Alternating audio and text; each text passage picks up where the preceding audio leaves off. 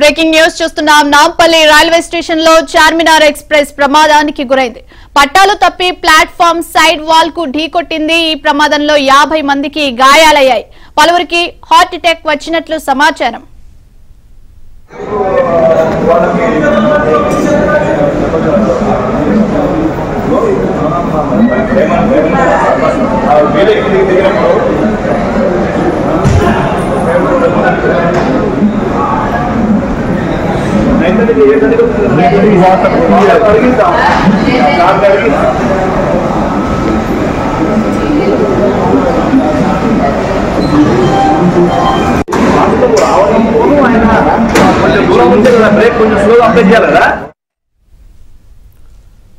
నాంపల్లిలో Charminar express పట్టాలు తప్పినట్లుగా తెలుస్తా ఉంది. దీంతో అక్కడ కొంత ఉద్రిక్తత ఏర్పడినట్లుగా తెలుస్తా ఉంది. 50 మంది వరకు గాయాలు కాగా లోపల ఉన్నవారిలో కొంతమందికి హార్ట్ అటాక్ వచ్చినట్లుగా సమాచారం అందుతా ఉంది. ప్లాట్ఫామ్ సైడ్ వాల్ను ఢీకొన్నట్లుగా తెలుస్తా ఉంది.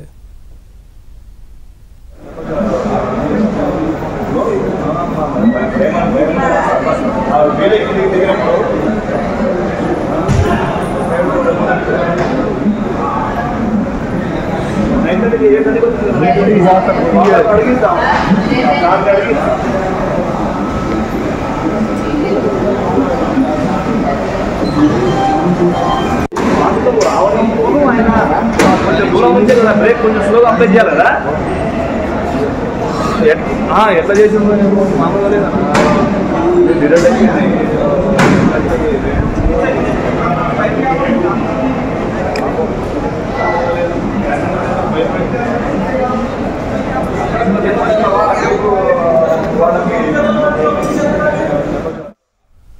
నాంపల్లి రైల్వే స్టేషన్లో చార్మినార్ ఎక్స్ప్రెస్ ప్రమాదానికి గురైంది. పట్టాలు తప్పి ప్లాట్ఫామ్ సైడ్ వాల్ కు ఢీకొట్టింది. ఈ ప్రమాదంలో 50 మందికి గాయాలయ్యాయి. పలువురికి హార్ట్ అటాక్ వచ్చినట్లు సమాచారం.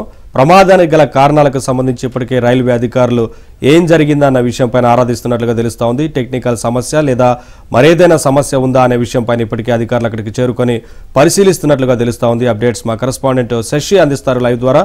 శశి, ప్రమాదానికి గల కారణాలేంటి అనే విషయంపైన అధికారులు ప్రాథమికంగా ఏం గుర్తించారు? ఆ తర్వాత ప్రయాణికులకు సంబంధించి ఇప్పటికే గాయపడ్డ వారిని ఆసుపత్రికి తరలించారా? ఏంటి మొత్తంగా ఏం జరుగుతోంది?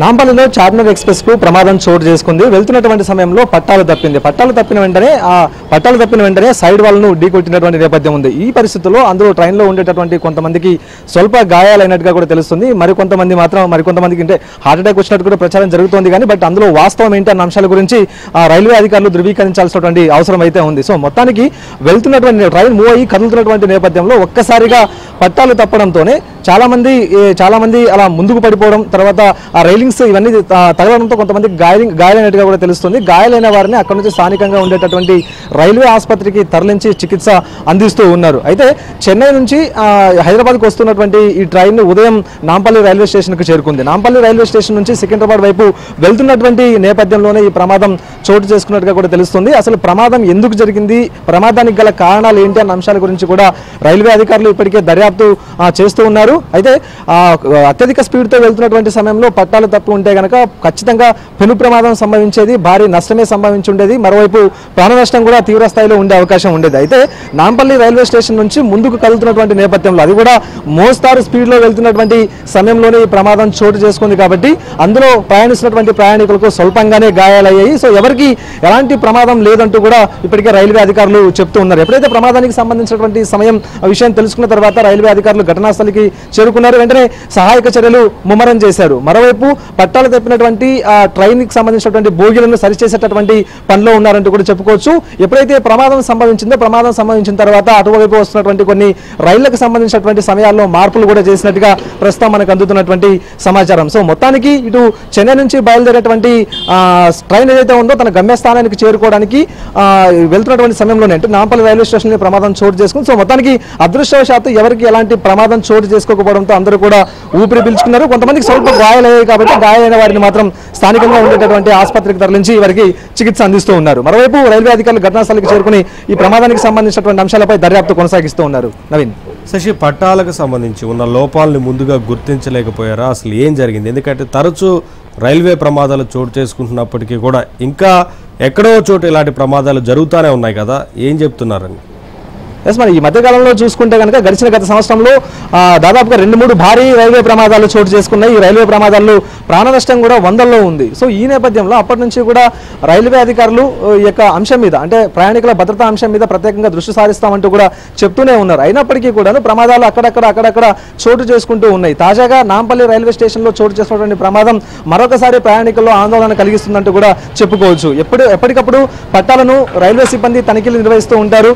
అయితే కొంతమందికి మాత్రం కొన్ని కిలోమీటర్ల మేర పట్టాలకు సంబంధించి పర్యవేక్షించేటటువంటి బాధ్యతను కూడా అప్పగించి ఉంటారు. అయితే పట్టాలకు సంబంధించినటువంటి ఏవైనా లోపాలు ఉన్నాయా లేకపోతే ట్రైన్కి సంబంధించినటువంటి ఏదైనా లోపం ఉందా అన్న అంశాల గురించి దర్యాప్తులో తెలిసేటటువంటి అవకాశం అయితే ఉంది. ప్రస్తుతానికి మాత్రం సహాయక చర్యలను కొనసాగిస్తూ ఉన్నారు. ఇంకా మరోవైపు పట్టాలు తప్పినటువంటి ట్రైన్ను తిరిగి యథాస్థానంలో తీసుకొచ్చేటటువంటి ప్రక్రియనే కొనసాగిస్తున్నారు. ఇదంతా జరిగిన తర్వాత ట్రైన్ పట్టాలు తప్పడానికి గల కారణాలు ఏంటి అన్న అంశాల గురించి కూడా క్లారిటీగా ఒక దర్యాప్తు చేసే అవకాశం అయితే ఉంది. ఆ దర్యాప్తులోనే ఇందుకు సంబంధించినటువంటి పూర్తి స్థాయి కారణాలు తెలిసే అవకాశం అయితే ఉంది. అసలు పట్టాలు తప్పడానికి గల కారణాలు ఏంటి? ఒకవైపు ఉదయం పూట ప్రస్తుతం చలికాలం కాబట్టి పొగమంచు కూడా కురుస్తూ ఉంటుంది.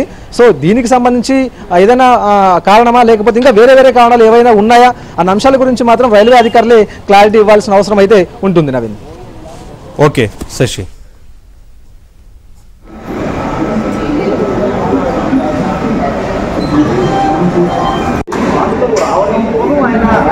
కొంచెం దూరం ఉంటే కదా బ్రేక్ కొంచెం స్లోగా అప్లై చేయాలి కదా.